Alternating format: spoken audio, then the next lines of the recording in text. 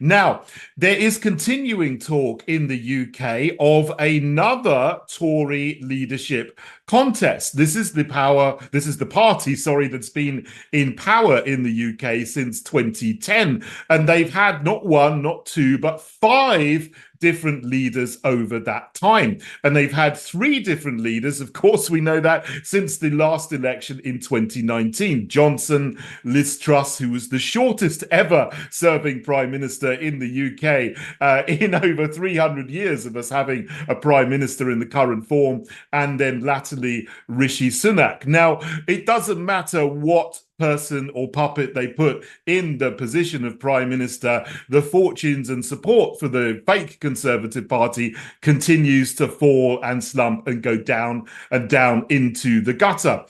They are continually trailing the Labour Party in the polls by anything from 24 to 27 percentage points. They only have 20% support from voters in the latest poll, whereas Labour seem to have 45 to 48%. That's not because people are flocking to Labour, it's because people are abandoning the fake Conservative Party among their core voters. And this is because every time there is an election, they promise to do conservative things, but they do the exact opposite. And they say things, they do things, and they which go against the promises they make in their manifesto.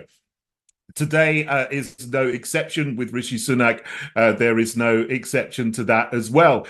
They are even having the gall to put out a graphic yesterday with Rishi Sunak in the center of it, saying that the fake Conservative Party under Rishi Sunak as leader and formerly Chancellor of the Exchequer has saved 14 million jobs because they implemented lockdown and furlough, which, as if you watch this channel, you would know is utterly ridiculous. They did more to destroy the economy and to build up a mountain of national debt by implementing lockdown and furlough than any other party that we've ever had in the history of the United Kingdom. In fact, in the last 4 years, our national debt has nearly doubled, so we've got more debt taken on in the last few years than we have had in the entire history of the nation before they came to power. Now, people who are being touted as possible replacements for Rishi Sunak are people who have stood in previous Tory election contests and have lost. Rishi Sunak himself lost, but he actually managed to oust Liz Truss and come in as Prime Minister on an unelected basis.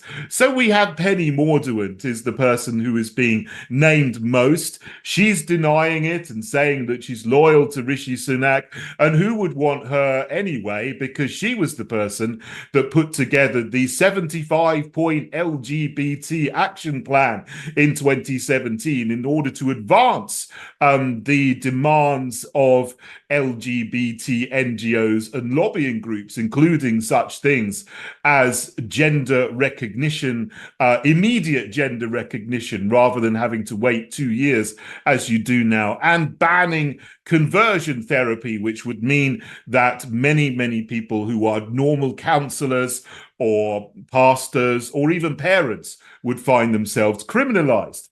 We also have Grant Shapps in the frame, the person who is talking up war with Russia and saying that we must win this war against Russia. I don't know what he means by this, but anyone who is the leader of this country should be de-escalating and not getting us entangled in a conflict that is going to go on and on and on for years and years, and is not going to do anything good for the ordinary people of this country at all.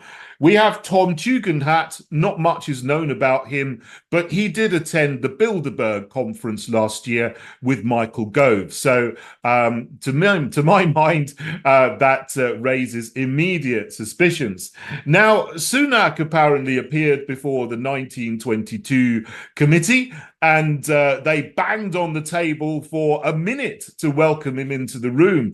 But rumor has it that the longer they bang on the table, the worse the situation is for the sitting prime minister. And who knows how many letters have been given to the leader of the 1922 backbench committee of Tory MPs, Sir Graham Brady, already. Rumour has it there's been 40 out of 53 needed to call a leadership contest.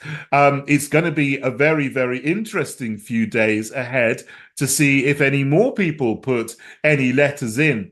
But there is a curveball, because it has been reported that Rishi Sunak has said that if there is a challenge to his leadership, he will call an immediate general election. So which it's the wild card. It is the sort of mentality that says, well, if I can't rule, I'm going to burn the house down.